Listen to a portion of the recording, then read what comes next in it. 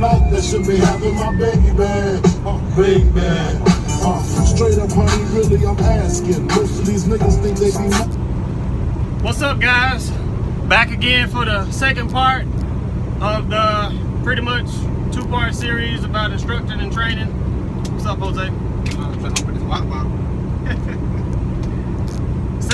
Same day. I just made one video. I'm gonna shoot up and make another one real quick to further along what we was talking about. All right, this one's gonna be so you want to become a trainer. First one was so you want to become an instructor. If you haven't watched that video, go check it out. One's an instructor, one's a trainer. Pretty much an instructor teaches you from scratch how to drive a truck. A trainer furthers that knowledge and teaches you how to do to work for the company, pretty much, and do the actual work, whether it's reefer, flatbed, or whatever you're doing, tanker, all of it.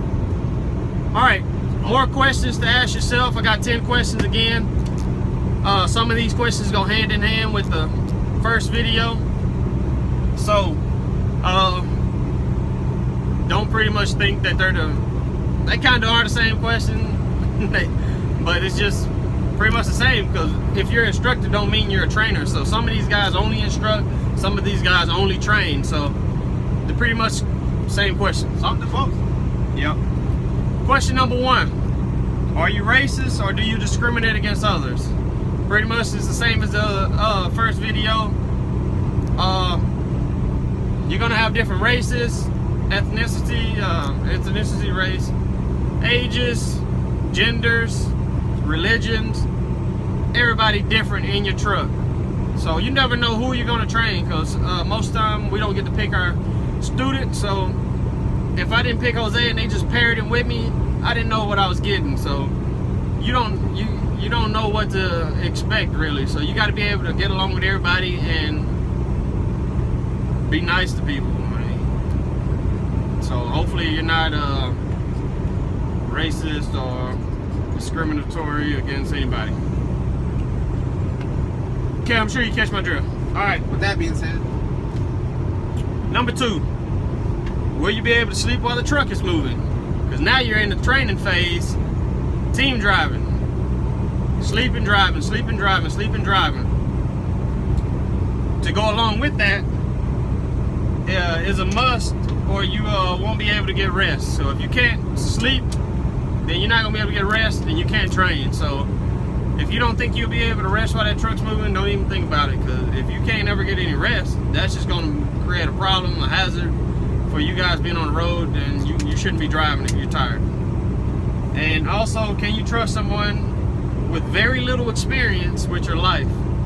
You might pick somebody up that's only been driving for 2.5 weeks. They come out of the instructor phase, and now they're in the training phase.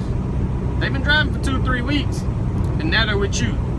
Can you trust them with your life while you go back there and go to sleep, that they know enough about how to drive down the road, and you not have to worry about it? That's a big question that deters a lot of people. That's why a lot of people don't train. Because let me tell you firsthand, it's scary. Because when you first start out, you kind of got to sit up there and fill the person out if you got a brand new person. That's a different story if you train them from the instructor phase and you keep them into the TNT phase. You know how they drive, you know everything, because you taught them everything. So they drive exactly how you want them to drive. That's the best way to do it, my experience, than picking somebody up, say come from a truck driving school or from another instructor to you, because they was taught a different way than you might like them to drive or might want them to drive.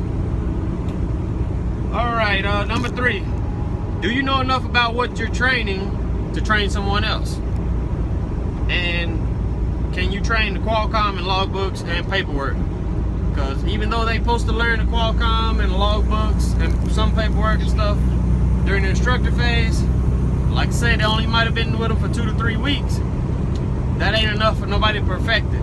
So they got to keep practicing that more and more and more to get better at it, which means you got to keep training them how to do that. And during the training phase, you need to know how to do the work to be able to train. If you're flatbed, you need to know how to do the flatbed work to be able to train somebody how to secure these loads properly and safely. All right, number 4. Are you doing it just to make more money? If you are, then don't do it, because obviously you're not in it to actually teach somebody how to drive better or really show them how to do the loads and the work that they need to do. And you're just in it for the wrong reason, which means you're not going to get along with the person. Most likely you're just going to be wanting them to just drive the truck so they can make money for you. Number 5, do you go home a lot? If so, are you going to do it? What are you going to do with your student? Because when you go home, your student's stuck with you. So depending on where they live, are you going to fly them home? Are you going to put them on a bus? Are you going to put them in a hotel? Are you going to leave them at Prime? Are you going to leave them on the truck? Or are you going to take them home with you? What are you going to do with your student? It's a question you got to ask yourself, because you will come to that situation at one point or another, depending on where your student lives, or if your student even wants to go home. You got to figure out what you're going to do with them. Number 6, are you patient, or can you change your training style to help them understand better? Same as the first video, are you patient? You always, that's 1 in 1. It goes with everything. You got to be patient to be a trainer. You can't be uptight and mean and want to yell at students and stuff. They're not getting it. If they're not understanding something, you got to be able to change your training style to teach them how to get it. I've had to do that a few times with different students.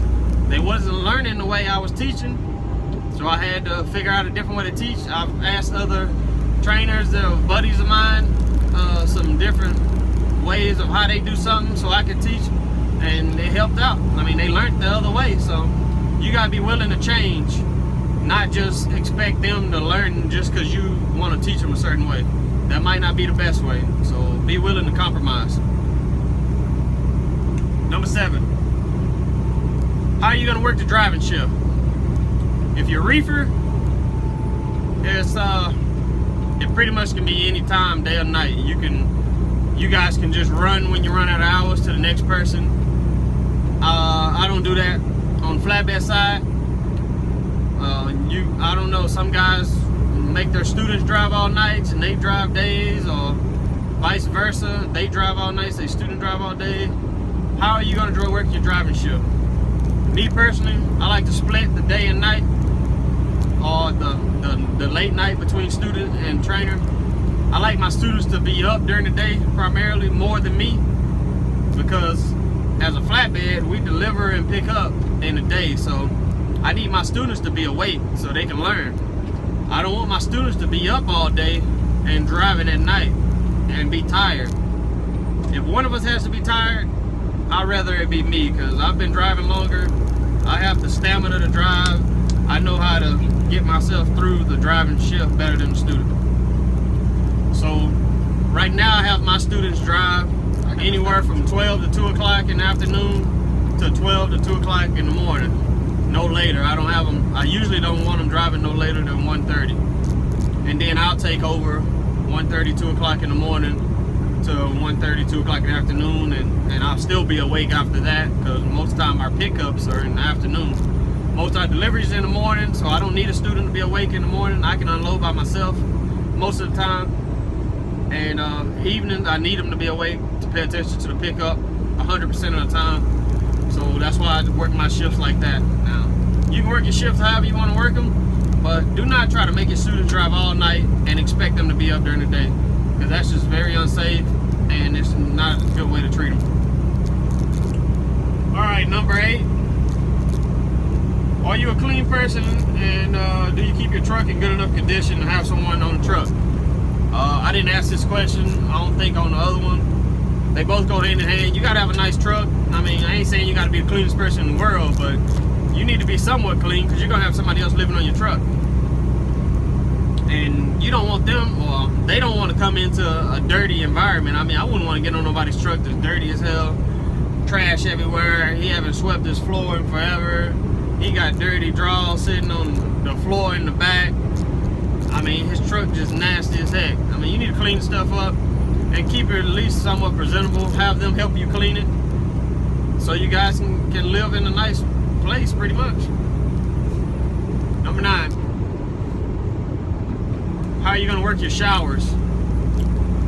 Me personally, We take our showers at the end of one shift, pretty much when we switch driving, when we're both awake. I take my showers then, either before I start driving or before he start driving. It don't matter, day or night, just at the end of our shift. I knew some other guys that would they would take 2 showers pretty much. Like Jose's driving right now, he would stop and take a shower on his shift while I was asleep, or I would stop and take a shower on my shift while he was asleep. I don't like that, because that's too much unnecessary stopping more than you need to. It's better to just take a shower when you're both awake. But it's up to you. You can take a shower whenever you want to take a shower. Hopefully you take showers. Number 10, the last one. Are you going to make space for them and their stuff? And are you going to let them sleep on your bed?